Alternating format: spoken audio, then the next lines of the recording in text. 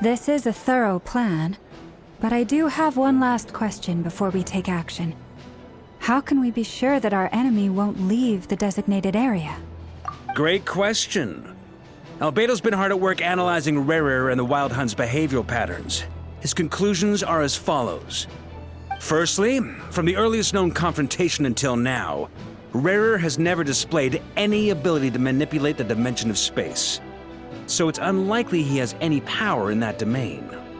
Secondly, he seems to have a particularly strong vendetta against our group. If we put him in a fight-or-flight situation, he'll choose to fight every time. Thirdly, finally, and most importantly, he is consumed by hatred, both for the moon and for his enemies. Turns out, we tick both of those boxes. We have a reincarnated moon in our ranks, and a spy who accessed his private memories without permission. He'll be baying for blood, not looking to escape.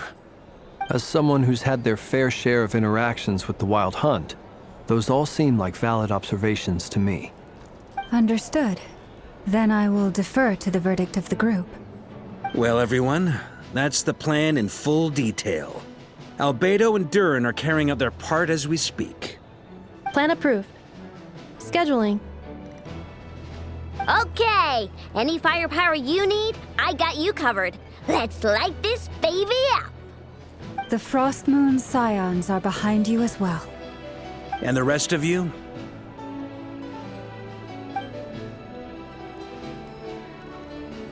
No objections? All right, then it's settled. This is the plan we're going with. Next up, an old tradition of mine. Anyone who wants to back out, now's your chance.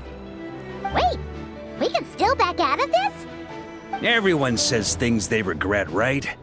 I don't want anyone feeling trapped because their mouth said yes before their brain had time to think things through. A very people-first approach.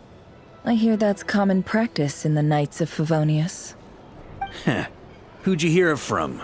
D-Luke? Shh. We don't use people's real names at work. This contact will be known only as Owl, please and thank you. This plan can only work if everyone does their part. Flint's and I will absolutely support it. We shall indeed. You'll be glad you accepted our help. Also, you are the last person I expected to see here, Miss Dory. It's not often I get called Dory in a work context. My peers usually call me Lord Sangamabe. So, the longer your name, the higher your net worth. Is that the idea here? In that case, Mr. Flint's here must be worth a fortune. That's right, I know your full name. It's... The walls are thin here. I'd appreciate you keeping that a secret. Okay, fine. I'm actually only here as a favor for someone else. Do you have any idea how much it would cost to hire me otherwise? Oh, does this mean someone out there actually has the power to boss Dory around? It most certainly does not. We have a long-standing and mutually beneficial business partnership. She's actually the mom of a friend of yours. Said mom supplied me with a great little trinket, but now that lady's ruined everything. If I don't start building a little goodwill now, my whole business in Notcry is gonna go down the drain! Okay. So what exactly is so special about this pendant? It's a lucky charm that a great mage made for me.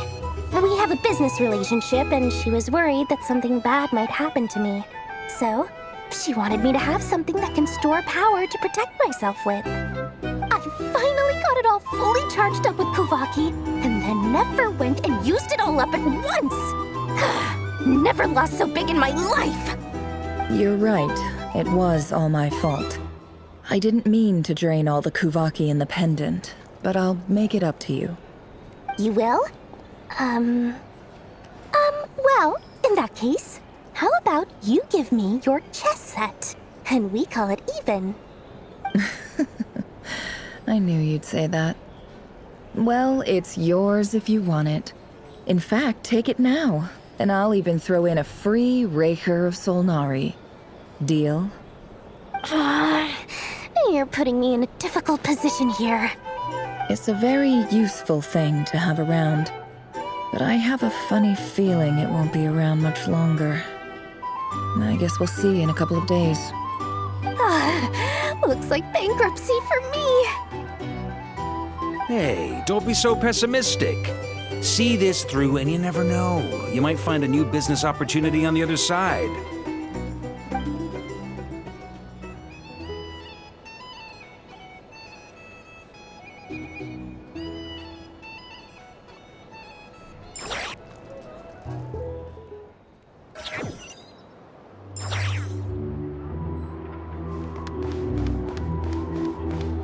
Can't hide the truth.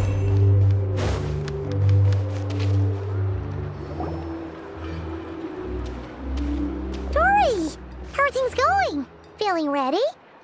Oh, I was born ready. We only have 2 days. You think Lord Sangamabe would let an opportunity like this slip by? Don't forget, when something's in high demand, the people with the goods on hand get to charge the highest price of all, even higher than the sellers taking advance orders. Ta-da! See? It's right here. Ah, it's so pretty. Did you make it?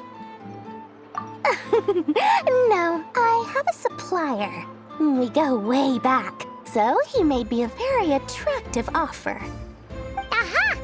No wonder you were talking about Lucky Charms at the meeting. You've been getting Kave to make them for you. That's not the full story. It actually started a while back as a project between me and the Dendro Archon. Mage Alice once warned me that this world won't stay safe forever. There may come a day when everyone faces a great crisis. I passed this on to the Dendro Archon, and she secretly brought together a research team made up of Sumeru's top scholars to invent a technology that could keep people safe. I won't go into the details because it's all very complicated, but if you want to know more, you can ask the Dendro Archon about it sometime.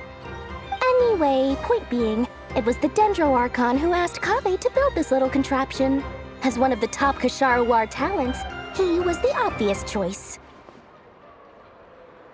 Took him long enough. He stressed over it for ages. Must have gone through at least a dozen designs before producing a final product. But that's Kave for you. Marak delivered it to me a couple of days ago, along with a letter from Kave. Could I ask why I'm sending this technology to you? And what's your proposed use case? Has it been approved by the relevant authorities? So nosy. My fault for sending him the research permit to begin with. Surely Nahida must have told him you were involved in this project. He was probably just nervous because you're always so secretive about your business. Could be, could be. Anyway, I just replied, let's hope there never has to be a use case, because it would involve grave danger. Fair enough. But it sounds like he was just being cautious. He probably felt responsible as the one who made it. Or maybe he was asking as a favor for his housemate. He's done that before. Not sure why, though. His housemate doesn't seem to really care that much about this kind of stuff. Either way, all's well that ends well. I'm just glad to finally have my hands on the product. I wouldn't want to be without it, given the potential dangers that lie ahead. Huh? What does that look mean? Paimon's just super surprised. This must be the first time we've ever seen you actually get serious about something. Well, a long time ago, I made a promise to myself. I promised that I was gonna live every day of my life with a big beaming smile. Obviously, Mora plays a big part in that. But there are always gonna be times in life when you have to give something back. That could mean paying back a debt, returning a favor, or showing some kindness. Alice has been a huge help to me over the years. She was the first investor I ever had. And I want my investors to know that Lord Sangamabe is the best in the business. And more than that, no one knows what the future will bring. Whatever happens, I want to make sure the Dendro Archon and all of Sumeru is prepared to face whatever comes. Oh, that? I was just making sure Nefer and I are square. Don't be thinking it was some sort of benevolent act. I'm no saint, so don't treat me like something I'm not. My priority is doing the business that I want to do. So long as my conscience lets me, but it usually does. That's the Lord Sangama Bay business model. All right, if you say so. I do say so, and that's the whole point. I'm a businesswoman. Don't go trying to figure out what kind of person I am. You'll exhaust yourself. Much easier for everyone involved if you just take my word for it. Oh, and could you two help me get this stuff where it needs to be? Thanks so much. You're my favorite assistants.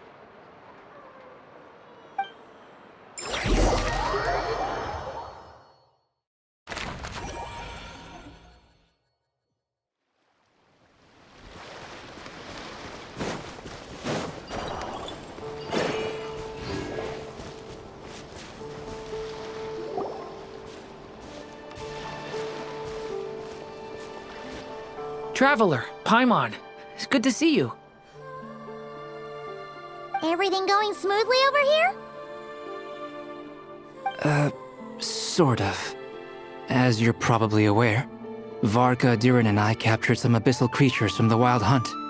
Per the plan, we dissected and analyzed some samples of these creatures. The process went very smoothly. The findings, however, come with some troubling implications. What? You can actually dissect the Wild Hunt? That depends on your definition of Wild Hunt and dissection.